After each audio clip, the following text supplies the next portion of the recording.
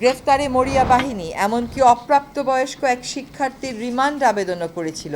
এই বিপুল প্রাণহানির দায় প্রধানত সরকারের। এভাবে নিরস্ত্র মানুষকে হত্যা, গণগ্রেফতার, অবৈধ আটক, নিপীড়ন ও নির্যাতন সংবিধানের ৩১, ৩২, ৩৩, ৩৫, ৩৭, ৩৯ অনুচ্ছেদ, সার্বজনীন মানবাধিকার ঘোষণা এবং বাংলাদেশের জন্য প্রযোজ্য বিভিন্ন মানবাধিকার দলিলের স্পষ্ট লঙ্ঘন। গণমাধ্যম থেকে জানা যাচ্ছে যে সান্ধ্যকালীন কারফিউ চলাকালীন সময়ে এলাকা ভাগ করে পুলিশ, র্যাব ও অন্যান্য বাহিনী ব্লক রেড পরিচালনা করছে এবং নির্বিচারে ছাত্র গ্রেফতার করে অভিভাবক, তরুণ সমাজ ও জনমনে ভীতি ও ত্রাসের সঞ্চার করছে। এতে পরিস্থিতি স্বাভাবিক হয়ে ওঠার বদলে আরও জটিল ও অশান্ত করে তোলার ইন্ধন যোগাবে বলে আমাদের আশঙ্কা।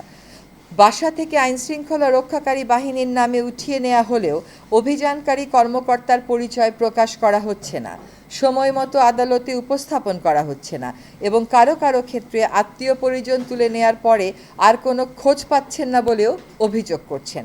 গ্রেফতারে মরিয়া বাহিনী এমনকি অপ্রাপ্তবয়স্ক এক শিক্ষার্থীর রিমান্ড আবেদনও করেছিল, যা পরবর্তীতে উচ্চ আদালত কর্তৃক স্থগিত হয়েছে। এমন নির্মম হত্যাযজ্ঞের ও বল প্রয়োগের নিন্দা, ধিক্কার বা প্রতিবাদের উপযুক্ত ভাষা আমাদের জানা নেই।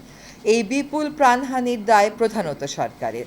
শান্তিপূর্ণ আন্দোলনকারীদের উপর যে মাত্রায় বল প্রয়োগ ও সন্ত্রাসী কায়দায় আক্রমণ করা হয়েছে তা দেশের জনগণ ও বিশ্ব বিবেককে স্তম্ভিত, ক্ষুব্ধ ও মর্মাহত করেছে।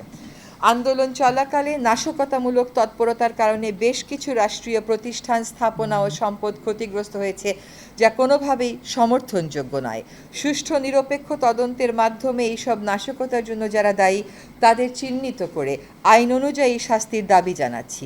তবে এই অজুহাতে ভিন্ন মতের কাউকে দমন পীড়ন বা সাধারণ মানুষকে হয়রানি কোনোভাবেই সমর্থনযোগ্য নয়। আমরা ক্ষুব্ধ যে প্রাণহানি, জনতার উপর হামলা ও গুলিবর্ষণের কোনো তদন্ত না করে পুলিশ শুধুমাত্র নাশকতার মামলা দায়ের করে হাজার হাজার অজ্ঞাতনামা লোককে আসামি করছে, কয়েক হাজার লোককে গ্রেফতার করেছে।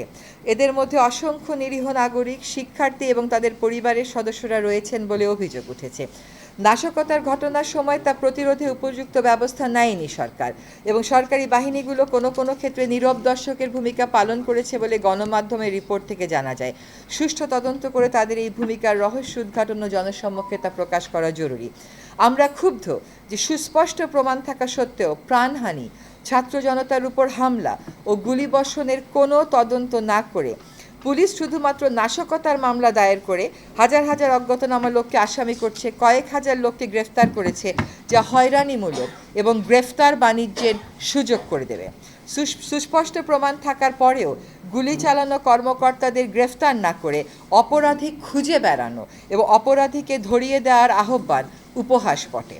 এভাবে নিরস্ত্র মানুষকে হত্যা, গণগ্রেফতার, অবৈধ আটক, নিপীড়ন ও নির্যাতন সংবিধানের ৩১, ৩২, ৩৩, ৩৫, ৩৭, ৩৯ অনুচ্ছেদ, সার্বজনীন মানবাধিকার ঘোষণা এবং বাংলাদেশের জন্য প্রযোজ্য বিভিন্ন মানবাধিকার দলিলের স্পষ্ট লঙ্ঘন।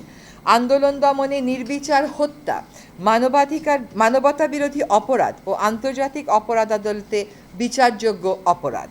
এমন গুমট ও সংকটময় পরিস্থিতিতে দেশের বৃহত্তর স্বার্থে শিক্ষার্থীদের ভবিষ্যৎ ও সামগ্রিকভাবে শিক্ষাঙ্গনকে নিরাপদ ও শিক্ষামুখী রাখতে নিম্নোক্ত দাবিগুলো তুলে ধরছি।